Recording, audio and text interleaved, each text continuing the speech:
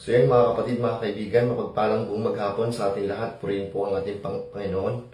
Ay meron lamang po nagtanong sa akin, mga kapatid, mga kaibigan, at sa tanong na ito, sasagutin natin at mag-share na rin ako sa inyo ng gospel, mga kapatid. At yung tanong na ito, mga kapatid, ito siya. Sabi niya, Kuya, tawag ng Diyos, bakit po may matatagal ng Christian na pero hanggang ngayon naguguluhan sila kung tinawag ba sila ng Diyos o hindi? Pero lagi sila umaate ng church. So yun mga kapatid, magandang tanong ito at para dito sa encouragement ng lahat bilang kalakasan, bilang paninindigan patungkol sa pagkatawag ng Panginoon. Oo, marami talagang mga ganyang Christian, mga kapatid, mga kaibigan, yung mga matatagal na sa simbahan, umaate ng cell group, umaate ng Bible study, umaate ng ministry, sumasama kung saan-saan, at tagapakinig sila, mga kapatid, mga kaibigan. Pero madalas nilang tanong kung kabilang ba sila sa tinawag ng Diyos at saan sila puposisyon, ano ang gagawin nila, ano ang panimulang gagawin nila. So mga kapatid, meron lamang po tayong tatalakayin sa Biblia. Isa itong propeta, ang pangalan niya ay Amos, mga kapatid. Tingnan natin yung kanyang sitwasyon, yung pagkatawag sa kanya ng Panginoon. Kung ano nga ba talaga ang paghihirap na ginawa ni Amos bago siya tinawag ng Panginoon, at ano nga ba yung ginawa ni Amos nung tinawag na siya ng Panginoon. Sige mga kapatid, mga kaibigan, pakinggan niyo ito. Si Amos ay unang propeta sa Biblia na ang pahayag ay naitala ng buo kahit na siya ay mula sa isang bayan sa Huda. Nangaral siya sa Israel noong kalagitnaan ng ika-8 siglo. Ito yung before Christ, mga kapatid, mga kaibigan. Sa Amos chapter 7, makikita natin doon, mga kapatid, kung paano siya tinawag ng Diyos sa pamagitan ng 3 pangitain. Ang unang pangitain, mga kapatid, ito yung balang. Pangalawa, ito yung apoy. Pangatlo, ito yung hulog, mga kapatid. Yung 3 yan, may mga ibig sabihin yan, lalong-lalo na yung hulog, mga kapatid. So, may 3 pangitain ang Diyos na ipinakita kay Amos. Tandaan natin na si Amos ay isang pastol ng mga hayop at magsasaka sa sikamuro. Si Amos, mga kapatid, ay hindi mayaman. Hindi siyang pastol at tagatanim na sa lupain ng sikamuro, mga kapatid. Kumbaga magsasaka siya. Sa verse 1 to 2, kung titingnan natin, mga kapatid, sa verse 1 to 2, ipinakita ng Diyos sa kanya na nagpakawala ang Diyos ng napakaraming balang. Pagkatapos, ipinakita ng Diyos sa kanya na pinuno ng Diyos ng balang yung lupain. Humiling ngayon si Amos, mga kapatid, mga kaibigan.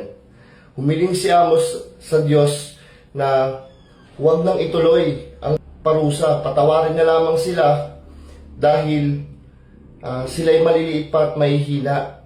Kumbaga, doon sa kahilingan ni Amos, tinugon siya dito ng Panginoon. Sabi ng Panginoon, sige, hindi na mangyayari ang iyong nakita. Yun yung unang pangitain, mga balang sa pangitain na na-dismiss dahil kay Amos, mga kapatid. Tingnan natin na si Amos ay mahirap na tao lang. At pangalawa, yung sitwasyon niya, napakahirap, mga kapatid, dahil siyang pastol at siyang magsasaka. Pero meron siyang mapayapang ugnayan sa Panginoon na kung saan dininig kagad siya ng Diyos kahit hindi pa siya ginagamit ng Panginoon, kahit hindi pa siya tinawag ng Diyos. Nasa loob pa lang sila ng pangitain, mga kapatid. At ang pangalawa, yung apoy. Ipinakita kay Amos na handa ang Diyos na ipakita sa kanya ang kaparusahan, kaya ang tubig ay natuyo at ang apoy ay sumusunog sa lupain, mga kapatid. Sa loob ng pangitain, mga kapatid, ipinakita ng Diyos kay Amos, mga kapatid, yung isang pangitain na apoy na nasusunog yung lupain, mga kapatid. Lahat ng mga pananim, pagkatapos ng ani, nasunog, mga kapatid, mga kaibigan. Kaya humiling uli, nakiusap uli si Amos na patawarin silang muli dahil sila'y maliliit pa at mahihina pa. Kaya't nagbago muli ang isip ng Diyos at pinatawad ang kanyang bayan. Ito ang pangalawang pangitain, mga kapatid. Yung apoy na na-dismiss sa pamagitan ng kahilingan ni Amos. Pero alam nyo, mga kapatid, yung pangatlo Alam mo naman natin, yung pangatlo ay merong kalaliman, merong bahagi na kahulugan pag sinabing hulog mga kapatid. Pangatlong pangitain ay hulog. Ang hulog ay simbolo ng katapatan, katarungan, at sa pagiging mabuting pamantayan para sa lahat ng Diyos. Pero, sa pangatlong pangyayari, hindi na siya humiling dahil alam niya na ang hatol ng Diyos ay makatarungan. Dahil sa pananim at lupain, kundi dahil sa pamumuno ng bayan ng Diyos, si Jeroboam. Alam naman natin mga kapatid na si Jeroboam ay hari ng bayan ng Israel noong panahon na yon. At sa lugar ng Betel, may isang paring si Amasias. Isa siyang paring mga kapatid, mga kaibigan, si Amasias na nakabalita patungkol sa galit ng Diyos. Kaya isinumbong niya si Amos kay Haring Jeroboam na mamamatay daw ito sa gitna ng labanan o digmaan. At ang Israel ay dadalhin sa malayong lupain. Kaya hinarap ni Amasias at pinigilan na huwag ng mangaral. Sabi ni Amasias, "Propeta, magbalik ka na lang sa iyong bayan, Hudya, doon ka mangaral. Hayaan mong sila na lang ang magbayad sa iyo. Huwag kang mangaral dito sa Betel. Dahil dito, sa kaharian at templo, dito sumasamba si Hari Jeroboam. Dito sumasamba ang hari, mga kapatid." Kaya sumagot si Amos. Sabi niya, "Hindi ako propeta, isa lamang akong pastol at tagapangalaga ng sikamuro sa lupain. Ngunit inalis ako ng Diyos upang magpahayag sa bayan ng Israel para sa Panginoon." Kaya ganyan si Amos tinawag ng Diyos. Mahirap ang kalagayan, mahirap ang sitwasyon, walang kakayanan dahil pastol lamang ito, magsasaka, pero dahil alam niya ang Diyos ang tumawag sa kanya, iniwan lahat. Ang hirap, sakripisyo na alam niya, paikot-ikot lamang ang mga ito. Mas pinili niya ang sakripisyo sa pagsunod sa kalooban ng Diyos kahit alam niyang mahirap magiging kalalagyan nito, mga kapatid, mga kaibigan. Dahil hari, mga kapatid, mga kaibigan, ang haharapin ni Amos. Dahil alam niya ang Panginoon ang kasama niya at hindi lamang kasama kundi pinangungunahan siya ng Diyos, mga kapatid, mga kaibigan. Napakabuti ng pag-ibig ni Amos, mga kapatid, sa Diyos, no? At yung pagsama sa kanya ng Diyos. Sa buhay Kristiyano, mga kapatid, matagal na naglilingkod sa Diyos o sa Panginoon, at yung iba nakatira na sa church, at yung iba laging sumasama sa Bible study, at sa ministry, at sa small group. Pero hindi nila alam ang pagkatawag ng Diyos sa kanila. Hindi nila alam kung ano ang gagawin nila, mga kapatid, mga kaibigan. Tingnan natin ang kalagayan ni Amos. Oo, hindi lahat tinawag upang mangaral, magpahayag ng kalooban ng Diyos, pero lahat pwede sumubok. Kaya ikaw, kapatid, subok lang. Walang bayad yan, pero may sagot ang Diyos sa iyo.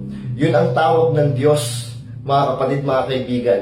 Una, si Amos hindi nagpabayad kahit kaganino upang hindi magampanan ang kalooban ng Diyos, o nagpabayad upang gampanan ang kalooban ng Diyos. Pangalawa, meron siyang relasyon sa Diyos na hindi alam ng iba, pero alam ng Panginoon na sumusunod siya, hindi dahil sa posisyon o kapalit, kundi sa pananampalataya na may katiyakan na mas lalong mapapabuti pa ang kalagayan niya sa Diyos kaysa sa trabaho niya, mga kapatid. Kaya ikaw, kapatid, iwan mo na yan. Iwan mo na yan, alam mong mabuti lang. Unahin mo ang tawag ng Diyos. Mas mabibless ka, kapatid, mga kaibigan. Kaya yun lamang po, mga kapatid. Sana po may naintindihan po kayo doon. At sa nagtanong, sana po ay nasagot ko yung tanong mo na maging isang halimbawa sa atin si Amos, mga kapatid, mga kaibigan, na kahit ano man yung kanyang sitwasyon, hindi pa siya propeta noon, pero siya yung naging propeta na sa buong Israel na naitala yung kanyang pahayag, mga kapatid. Buong pahayag niya naitala, mga kapatid. At yung sitwasyon niya, mga kapatid, isa lamang po siyang magsasaka. Hindi niya alam kung ano yung gagawin niya sa kalooban ng Diyos, pero nakinig lang siya, sumunod lang siya. Mga kapatid, hari po yun si Jeroboam. Hari po yun ng Israel. Sinabi lang ng Diyos sa kanya na magpahayag ka at magkakaroon dyan ng digmaan. At si Jeroboam, papatayin sa kalagitnaan ng labanan o digmaan. Pero alam nyo, pinigilan pa siya eh. Pinigilan pa siya ng paring si Amasias. Pinigilan pa siya mga kapatid, pero hindi pa rin siya nagpapigil. No, hindi pa rin siya nagpapigil mga kapatid. Kasi alam nyo, yung pagkatawag ng Diyos, hindi talaga yan mapipigilan. Hindi mo talaga yan po pwedeng pigilan mga kapatid, mga kaibigan. Kailangan ipagpatuloy mo yung pagkatawag sa iyo ng Panginoon. Alamin mo kung saan ka tinawag ng Panginoon. Hindi lahat para sa pagpapahayag, pero lahat po pwede sumubok.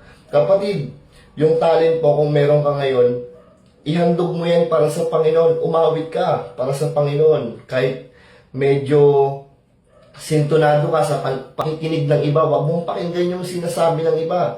Kapatid, kung usher ka, gawin mo yan para sa Panginoon. Mga kapatid, at kung isa kang evangelista o evangelism, mga kapatid, mangaral ka sa lansangan. Mangaral ka kahit saang sitwasyon, kahit saang lugar. At kung ikaw man ay isang pastor, mga kapatid, huwag mo yung pigilan. Magpastol ka ng mga tupa. Hanapin mo yung naliligaw. Tipunin mo sila mga kapatid, mga kaibigan, dahil yun yung kalooban ng Panginoon. Purihin ang Panginoon. At kapatid, kung ikaw ay manunugtog, gumigitara, o may skill ka, may talent ka, ipagamit mo yan sa Panginoon. Dahil diyan nag-uumpisa ang pagkakilala sa pagkatawag ng Diyos sa iyo. Mga kapatid, mga kaibigan, huwag ka lamang sasama sa Bible study. Walang masama dyan kung lagi kang sumasama. Kung nakatira ka sa church, nakatira ka sa simbahan, walang masama dyan. Ang mahalaga dyan, hanapin mo kung paano ka magsisimula sa kalooban ng Diyos ng pagkatawag niya sa iyo. Amen? Kaya yun lamang po mga kapatid, mga kaibigan, purihin po natin ang ating Panginoon. Mapagpala po ang Diyos. Pagpalain po tayo lahat ng Diyos. Mapagpala po buong maghapon. At sakop ng buhay niyong pamilya ay pagpalain din kayo ng Diyos. Amen.